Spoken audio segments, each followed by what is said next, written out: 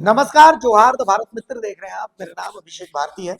आरती सहयोगी हमारे साथ हैं, चित्ररंजन सहयोगी हमारे साथ हैं और हम कुछ बोले उससे पहले हम चाहते हैं कि हम आपको कुछ सुनाएं। सुनाएं इसलिए क्योंकि एक विधायक कैसा होना चाहिए इसका उदाहरण देखने को मिला है। जब आप किसी पढ़े लिखे को चुनते हैं, समझदार को चुनते हैं, तो वो किस तरीके से आपके मुद्दों को सदन में रखता है, और सिर्फ रखता नहीं है, जब उसका काउंटर किया जाता है तो वो जवाब भी देता है। मैं आपको जयराम महतो का झारखंड विधानसभा में उठाया हुआ सवाल वो आपको दिखाता हूं, पहले उसको सुन लीजिए, उसके बाद हम आगे चर्चा करते हैं। जी को पता है कि आज विगत वर्षों से ओबीसी के छात्र छात्राओं को स्कॉलरशिप नहीं मिला है और इस पर जब भी बातचीत होती है तो विभाग राज्य सरकार केंद्र को दोष देने का कार्य करती है। तो मैं स्पष्ट जानना चाहता हूं, क्योंकि इन्होंने उत्तर में भी लिखा है कि केंद्र सरकार से राशि प्राप्त होने के उपरांत भुगतान की कार्रवाई की जाएगी। तो मान के चलते हैं अगर केंद्र ने राशि का भुगतान नहीं किया तो आप स्पष्ट शब्दों में कह दीजिए कि ओबीसी छात्र छात्राओं को स्कॉलरशिप नहीं मिलेगा। बस हम इतना जानना चाहते हैं, अगर केंद्र ने राशि का भुगतान नहीं किया तो आप देंगे कि नहीं देंगे, एक लाइन में कह दीजिए। काहे इतना मतलब विवाद खड़ा करना, छात्र राजनीति में क्यों पिसेंगे? एक लाइन में, अगर केंद्र ने राशि का भुगतान नहीं किया तो आप देंगे या नहीं देंगे? माननीय मंत्री महोदय। माननीय मंत्री जी, सर क्लास 1 से 8 तक कोई प्रॉब्लम नहीं है ओबीसी का, क्योंकि सारा पैसा स्टेट देती है। प्रॉब्लम सर 9 और 10 और पोस्ट मैट्रिक का है, और इन दोनों में 60-40 का रेशियो है। अब कानून बना है तो बना है सर, तो हम लोग तो वेट करते हैं, और इसीलिए हम मंत्री जी के पास भी गए, भारत सरकार के पास, और उनको सारा आंकड़ा भी बताए कि आप हमको देंगे तभी मेरा जो मेरा बजट का पैसा है सो खुलेगा। मतलब मेरे पास फाइनेंस रेजुलेशन है फाइनेंस डिपार्टमेंट का कि हाँ, कि वो नहीं देगा तो ये नहीं खुलेगा। जैसे हम मांगने गए सर तो वो सिर्फ 3 करोड़ रुपया दिया हमको, तो उसका 2.5 करोड़ रुपया राज्यांश निकल गया, तो 6 करोड़ रुपया मात्र हुआ। तो ये 6 करोड़ रुपया में तो होगा नहीं। अब हम फिर भी वेट कर रहे थे कि वो अगर आ जाए, मिल जाए, क्योंकि वो आ करके बोले भी कि मंत्री गए थे और हम उसको एश्योर किए हैं कि और ज्यादा पैसा हम भेजेंगे, लेकिन अभी तक वो आया नहीं सर। तो क्या पता आएगा कि नहीं आएगा, हम लोग भी असमंजस में हैं, और नहीं आएगा तो हमारे बच्चों का क्या होगा ये भी हम लोग सोच रहे हैं सर। और इसीलिए हमारे पास बजट में जो पैसा है, क्योंकि उसके लिए एक प्रावधान है कि उधर से आएगा तभी हम खोल सकते हैं, इसको शिथिल करने की आवश्यकता हम महसूस कर रहे हैं सर। हमको देना है सभी ओबीसी बच्चों को, उसको आगे बढ़ाने के लिए हमको महसूस है इस बात को। इसलिए सर करीब करीब हमारे पास काफी इतना पैसा है जिससे कि ये संभव हो जाएगा। बजट के अनुसार 275 और 9-10 के लिए 39 करोड़ और 275 करोड़ है हमारा पोस्ट मैट्रिक के लिए, इतना पैसा है। तो ये शिथिलीकरण के लिए हम लोग लेटर लिख रहे हैं। कल हमने पित पत्र भी जारी कर दिया सेक्रेटरी को कि आप इसका वैकल्पिक व्यवस्था करें। केंद्र नहीं देगा तो उसकी बात है, मत देने दीजिए, हम क्या करेंगे उसको बात बताइए, मेरे पास बजट में है उसको क्लियर करिए। तो हमने लिख दिया है, कुछ दिनों में हम लोग इसका व्यवस्था करेंगे। पिछले कल के अनुसार हम शायद लगता है कि इसको हम लोग ठीक कर लेंगे। चलिए जयराम जी, अच्छा उत्तर हुआ। यानी ठीक है अध्यक्ष महोदय, 1 साल से ज्यादा हो चुका है, तो वही तो नहीं, सही बात। अगर केंद्र नहीं दिया तो क्या आपके पास विकल्प है, क्या तैयारी आपके? नहीं तो जयराम जी सर, आप शायद ध्यान से 1 साल से ज्यादा हो चुका है। नहीं, सही बात हो चुका है, सही बात है। केंद्र आपका सवाल को मंत्री जी स्वीकार भी किए और पित पत्र भी लिख चुके हैं। ये उत्तर नहीं हुआ। अच्छा, हम थोड़ा सा उनके आंकड़ों के अनुसार ही जानना चाहेंगे मंत्री जी से कि 2023-24 में कितना राशि स्कॉलरशिप के लिए भुगतान किया गया था 2023-24 में? माननीय मंत्री जी, 2023-24, हालांकि 2023-24 में आप शायद नहीं थे, फिर भी थोड़ा सा जानकारी हासिल करके। सर 23-24 में ठीक है हाँ बोल रहे हैं, बोल। ये तो लिखा हुआ 23-24 में 67.88 करोड़ हम लोगों ने डिमांड किया था, उसके बदली में 7.35 आया, केंद्र का हिस्सा इतना ही आया। 24-25 में 66.14 करोड़ रुपया डिमांड किया, 12 ही करोड़ आया। 25-26 में 45.91 करोड़ डिमांड किया, 3.95 ही करोड़ आया। फिर पोस्ट मैट्रिक में भी ऐसे ही हुआ सर, 271 करोड़ रुपया का हम लोग डिमांड किया, 77 करोड़ रुपया मात्र आया 23-24 में।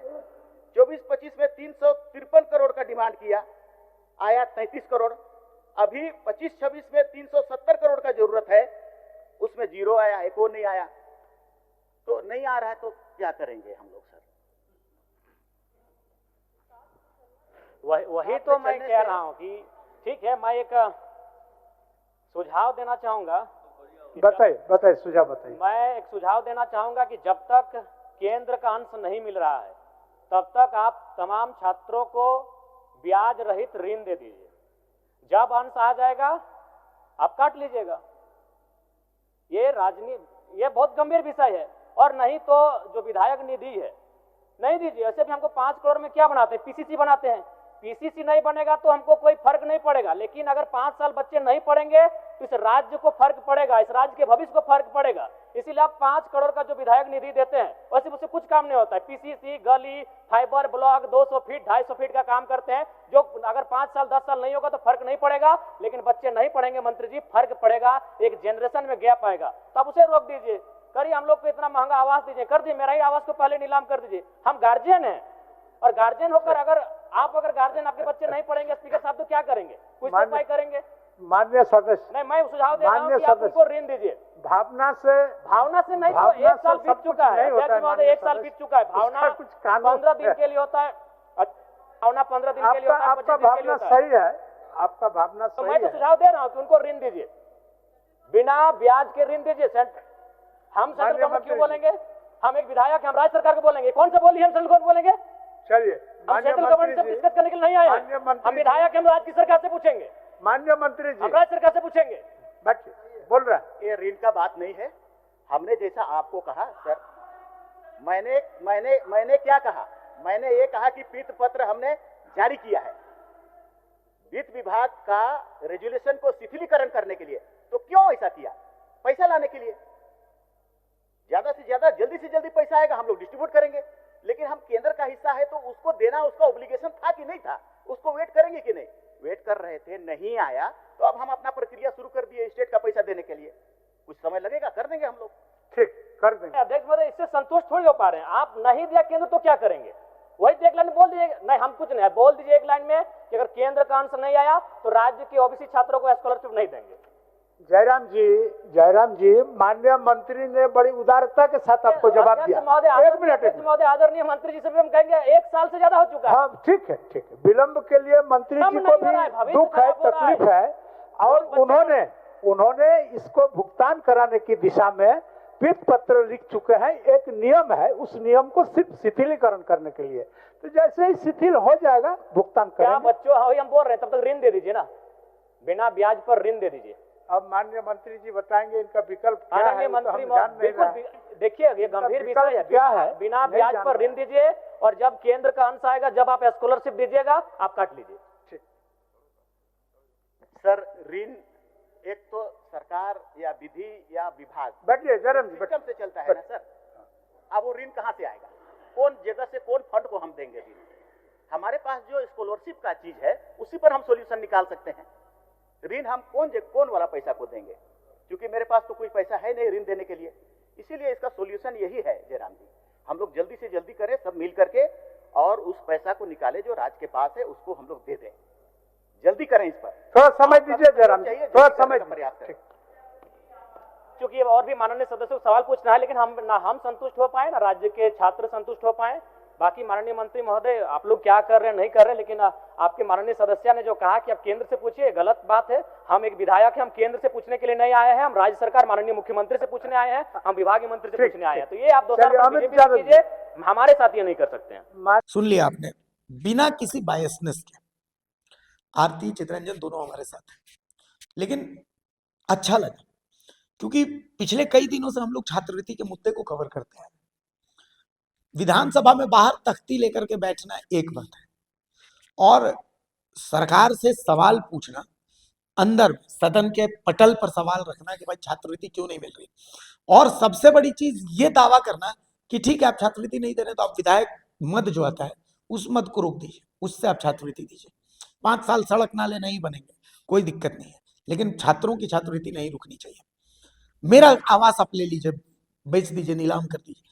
ये एक बहुत बड़ा बयान है। कोई ऐसा विधायक अभी आपको लगता है 81 में कोई एक, अगर इसको छोड़ दिया जाए तो कोई ये बोल दे कि नहीं मेरी गाड़ी अब मैं पैदल आऊंगा विधानसभा, मैं विधायक आवास में नहीं रहूंगा। कुछ लोग कहते हैं कि इसे बोलते हैं, लेकिन कहते कम से कम बोलते तो है, बाकी तो बोल भी नहीं।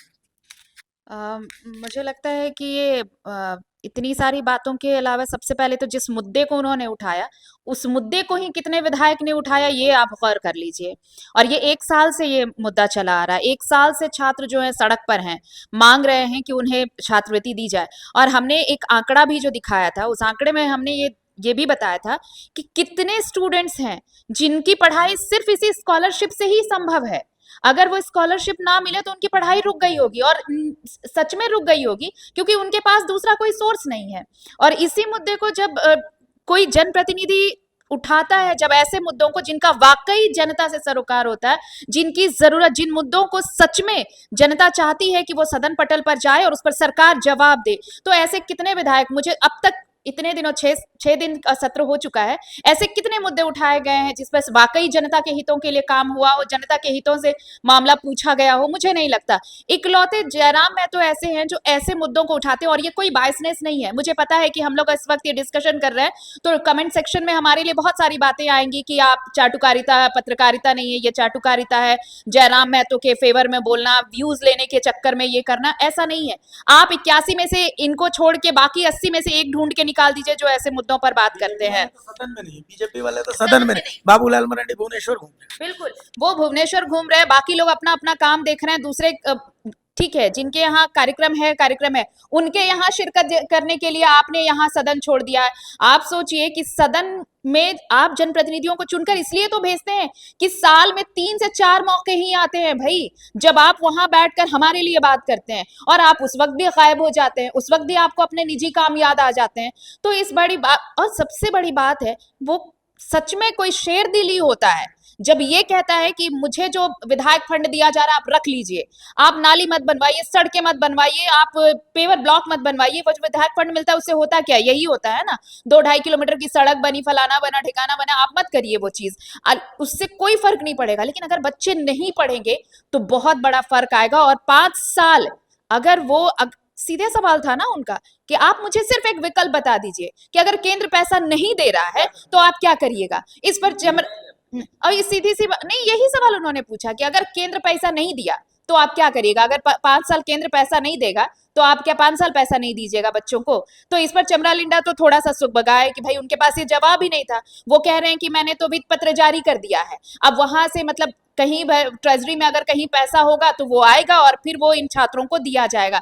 अरे भाई, वो तो कह रहे हैं कि आप ऋण दे दीजिए ना, आप लोन दे दीजिए बच्चों को, ब्याज रहित लोन दे दीजिए, जैसे ही केंद्र पैसा देगा आप काट लीजिएगा। उन्होंने तो इतना सुझाव दिया। लेकिन मुझे माफ कीजिएगा, लेकिन मैं ये कहना जरूर चाहूंगी कि इतने संवेदनपूर्ण, जो बोलते हैं ना, इतनी संवेदना थी उनके इन बातों में, लेकिन अध्यक्ष महोदय का उस वक्त का बर्ताव, अगर आपने वो फुटेज देखा होगा, तो जब ये कह रहे थे कि मेरा घर नीलाम कर दीजिए, बंगला नीलाम कर दीजिए, उससे जो पैसे आते हैं बच्चों को दे दीजिए, तो स्पीकर महोदय हंसने लगे थे। उन्होंने ये कहा कि भावनाओं में बहकर कोई काम नहीं होता है, और सच में भावना नहीं है नेताओं के पास, इसलिए काम नहीं हो रहा। अगर इमोशंस होता, फीलिंग्स होती, तो शायद छात्रों को आज छात्रवृत्ति मिल गई होती, चाहे केंद्र देता या नहीं देता। बाकी चीजों के लिए जहां जिनको जरूरत नहीं है, अगर आप उन चीजों पर 1 महीने, 2 महीने, 6 महीने भी ब्रेक लगाएंगे ना, तो शायद काम चल जाएगा। लेकिन बच्चों को आप छात्रवृत्ति नहीं दे रहे, तो उन्होंने तो इतने सुझाव दे दिए कि भाई या तो आप ब्याज रहित ऋण दे दीजिए, मेरा बंगला बेच दीजिए, विधायक फंड बंद कर दीजिए लोगों का, उससे काम चला लीजिए। लेकिन जो जवाब घूम फिर के चमरालिंडा का आया, जिस टेक्निकल पेज की बात वो पिछले सत्र में कर रहे थे, वो आज भी करते नजर आए, और कहा कि वो देख रहे हैं, बहुत जल्द इसका समाधान निकल जाएगा। और इसलिए आखिरकार जयराम महतो को अपनी बात खत्म करने तक भी ये कहना पड़ा कि इस जवाब से वो संतुष्ट नहीं है। ना तो वो शिक्षा के लिए सरकार कुछ कर रही है और ना ही रोजगार के लिए कर रही है। तो आखिर यहाँ के युवा जाए तो जाए कहाँ? एक और बहुत इंटरेस्टिंग चीज उसमें आपने देखा होगा कि बीजेपी केंद्र सरकार से पूछने की बात है। जयराम को ये सुझाव मिला कि ये सवाल तो आप केंद्र सरकार से पूछे, बिल्कुल। तो जयराम ने इसका जवाब दिया कि भाई मैं यहाँ का एमएलए हूँ तो मैं यहाँ की सरकार से पूछूंगा ना। भाई उनका सवाल बहुत सिंपल सा था कि अगर केंद्र नहीं ही देती है तब आपके पास क्या प्लान है, और किसी के पास कोई प्लान नहीं था। बिल्कुल, इसका जवाब किसी के पास नहीं, मंत्री के, विभाग के मंत्री के पास में। और देखिए, अगर 5 वर्षों तक, 10 वर्षों तक खराब सड़कें नहीं बनती हैं तो उन सड़क में चलने के कारण लोग एक्सीडेंट करेंगे, हाथ पैर टूटेंगे, 1-2 लोगों की जान जाएगी। आप पुलिया नहीं बनाएंगे तो कनेक्टिविटी कम होगा। लेकिन अगर 10 वर्षों तक शिक्षा रुक जाए, अगर सैकड़ों हजारों युवा लाखों युवा पढ़ाई से रिश्ता नाता तोड़ ले तो सोचिए कितना जनरेशन कितना पीछे झारखंड चला जाएगा, कितना पीछे देश चला जाएगा। युवाओं का आप कहते हैं कि युवाओं का देश, लेकिन युवा अपनी बातों को उनकी समस्याओं का समाधान कहाँ हो रहा है? 2050 तक वो कह रहे हैं कि विकसित झारखंड बना देंगे। 5 साल अगर केंद्र ने पैसा नहीं दिया, 5 साल छात्रवृत्ति नहीं देंगे, वो जो बच्चे छात्रवृत्ति से पढ़ रहे वो तो पढ़ेंगे ही नहीं। तो ये 5 साल तो गया, तो आप 50 में कौन सा विकास कर लेंगे? 2050 के बाद जो है ये पोस्ट मैट्रिक का जो है छात्रवृत्ति है वो है, यानी कि 10वीं अभी जो 10वीं में पढ़ाई कर रहे इसके बाद से कोई भी छात्र ओबीसी और जो छात्र जो गरीब छात्र है वो पढ़ाई नहीं करेंगे। यानी कि अगर मान लीजिए 5 वर्षों तक नहीं देते, यानी कि 15 से 20 वर्ष जो है झारखंड पीछे चला जाएगा। यानी कि शिक्षा का स्तर फिर से एक बार नई पौध लगानी होगी कि भैया आइए, पकड़ पकड़ के आपको पढ़ाना होगा कि भैया शिक्षा का महत्व समझाना होगा। लेकिन जो युवा समझे हुए शिक्षा का महत्व, आप उनके साथ क्या है। और सबसे बड़ी बात देखिए, ठीक है जज्बात में आकर इमोशंस में आकर जयराम महतो ने कहा, लेकिन इमोशंस तो बाकियों में भी दिखना चाहिए। उन्होंने सीधा एक सवाल पूछा और इस पर एक मंत्री ने टिप्पणी की, मजा लेना चाहा कि सदन में मजा लेने के लिए केंद्र से, तो उन्होंने इसका बहुत अच्छा जवाब दिया कि भैया केंद्र नहीं कर रहा, कई सारी योजना है। उन्होंने कहा कि जैसे बाकी विधायकों के लिए, माननीयों के लिए व्यवस्था है ना ऋण की, अगर उनको माननीयों को घर बनाना है तो उनके लिए लोन का वो इंटरेस्ट नहीं भरते, वो सरकार भरती है। तो भैया वैसे ही आप लोन दे दीजिए। ऐसा तो नहीं कि अगर 5 लाख छात्रवृत्ति का लाभ लेते हैं छात्र तो 5 लाख छात्र आपका लोन ले लेंगे। 2-2.5 लाख 50% के आसपास का ही छात्र जो है लोन लेंगे। अरे भाई तो उतने को लोन दे दीजिए, उसका इंटरेस्ट तो सरकार भर देगी। ये तो आप कर सकते हैं कि भैया आप पढ़ाई के लिए जो ओबीसी छात्र है वो लोन ले सकते हैं, उसका इंटरेस्ट सरकार भरेगी। जिस तरीके से आप अलग से योजना चला रहे हैं ना कि मैया योजना, क्या बोला जनरल मंत्री क्या कि ये कह रहे हैं, उन्होंने जब ये सुझाव मिला तो बोले कि कहाँ से हम किधर से पैसा ले आएंगे, मतलब वो लोन देने के लिए पैसा कहाँ से लाएंगे ये भी नहीं पता। इस तरफ अभी बजट के दिन आपने सुना कि पीठ थपथपा के कि पैसे की कमी नहीं है, एक तरफ रोए भी, दूसरी तरफ बोलते भी कि पैसे के, भैया पैसे की कमी नहीं है तो जहाँ जरूरी है वहां तो दीजिए आप। उन्होंने माननीय तो कहा कि इसका समर्थन बाकी चाहे वो बीजेपी के हो, कांग्रेस के हो, जेएमएम के हो, लेफ्ट पार्टी हो, इनका समर्थन सबको करना चाहिए कि भैया हमारा जो है फंड रोक दीजिए, 5 करोड़ रुपया जो मिलता है वो रोक दीजिए और इसको डाइवर्ट कर दीजिए, छात्रवृत्ति में दीजिए किसी का।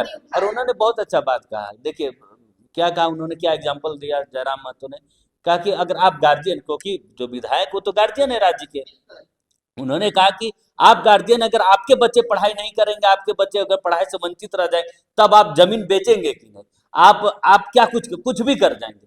तो वो बच्चे, यानी कि वो बच्चे आपके नहीं है। सवाल तो यही उठता है कि बच्चे जो छात्रवृत्ति से वंचित है वो झारखंड के बच्चे नहीं है। जो आप जनप्रतिनिधि बनकर जो करोड़ों अरबों खरबों के जो विधानसभा में जो आप चर्चा करने के लिए बैठे हैं, तो वो सिर्फ मौज मस्ती का आपका अड्डा है। वहां आप यह विचार नहीं कर पा रहे हैं कि छात्रों का छात्रवृत्ति का समस्या कैसे समाधान। उन्होंने एक राय दी कि भैया इससे भी समाधान किया जा सकता, आप इसका दूसरा विकल्प आप निकाल लीजिए कि ठीक है आप फी माफ कर दीजिए, ये भी कर सकते हैं, लोन मत दीजिए, आप फी माफ कर दीजिए कि किसी भी कॉलेज में ओबीसी छात्र को जो है फी नहीं लगेगा, उसका पैसा आप डायरेक्ट उसको दे दीजिए कॉलेज। इसके लिए तो आप नए नियम बनाकर, नियमावली बनाकर आप ये कर सकते हैं, जैसे आपने मैया योजना लाई उसी प्रकार एक योजना या एक नियमावली बनाकर आप सारे कॉलेजों में उसका पैसा भेज, इसके लिए कोई रोका है आपको? कोई। लेकिन क्या है कि इसमें सिर्फ सियासत करना है कि केंद्र सहयोग नहीं करती तो केंद्र को भी राजनीति करनी है कि राज्य सरकार कुछ काम नहीं कर रहा। लेकिन जो न्यूट्रल है वो तो आरोप लगाएगा, वो तो इन बातों को उठाएगा, वो काम भली बात है राज्य में जयराम महतो का। आप लोग जो आपने कहा कि कुछ लोग कमेंट्स करेंगे, जैसी आप जयराम महतो के खिलाफ खबर दिखाएंगे तब भी कहें।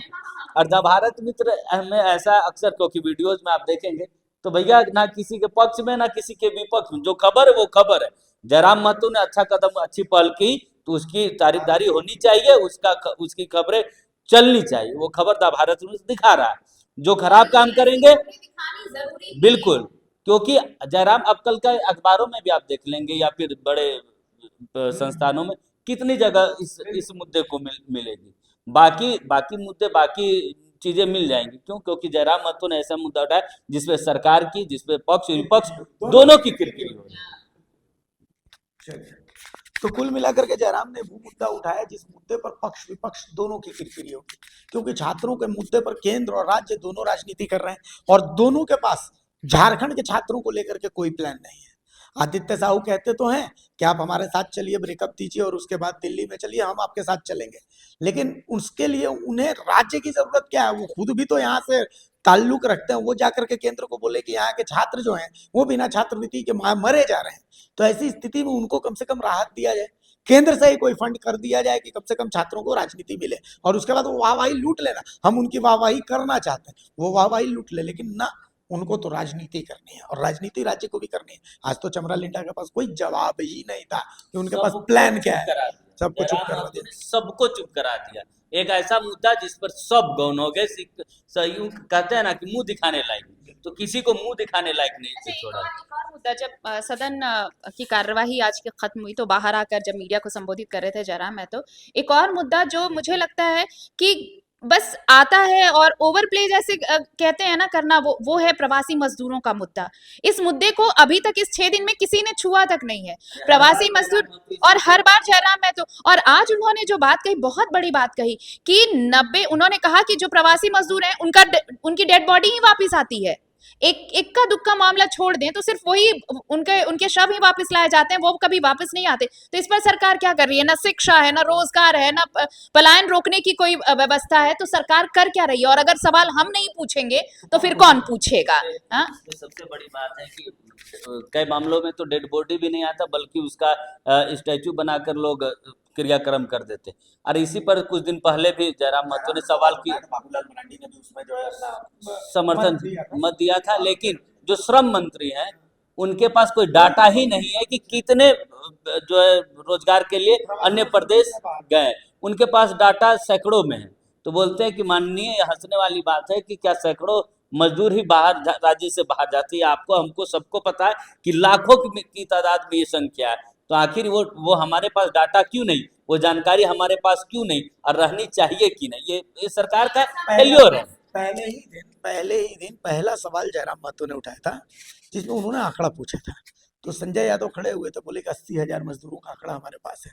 तो जयराम महतो हंसते हुए खड़े हुए कि बताइए, ये हास्यास्पद है कि ये आंकड़ा लाखों में है और आपके पास मात्र 80,000 है। तो मंत्री ने कहा कि हमारे पास रजिस्ट्रेशन की कोई व्यवस्था है, लेकिन हम इस पर ध्यान देंगे। फिर बाबूलाल मरांडी खड़े हुए थे, बाबूलाल मरांडी ने कहा था कि जैसे कोई मजदूर का शव फंस जाता है, तो जब फंस जाता है तो उसको वापस लाने के लिए विधायक के अनुशंसा पर 5 लाख तक का एक फंड की व्यवस्था होनी चाहिए कि ये तुरंत मजदूर परिवार को मिल जाए। चूंकि मजदूर का परिवार वो हैंड टू माउथ रहता है, उसके पास उतनी व्यवस्था नहीं है, तो 5 लाख तक का अगर फंड वो मिलता है तो कम से कम वो अपने परिजन को, मान लिया वहां से शव छुड़वाना ही है, तो वो कम से कम इनिशिएट तो कर पाएंगे। तो कुल मिलाकर के ये सब सवाल ऐसे सवाल है जिन पर किसी का ध्यान नहीं जाता है, लेकिन ये लड़का जो है ये सवाल उठाता है। कम से कम ये बात तो है कि ये लड़का सवाल, आप इसको ट्रोल कर लीजिए, आप ना पसंद करिए, आप पसंद करिए, लेकिन पॉइंट ये है कि इन सवालों को यही एकमात्र विधायक जो उठा रहे हैं, बिल्कुल, आउट ऑफ द बॉक्स जा करके, यही वो विधायक है जो इन सवालों को उठा रहे हैं, तो इसके लिए उनकी प्रशंसा होनी चाहिए। और वही हम बता रहे हैं कि ये पॉइंट है। नमस्कार जो है।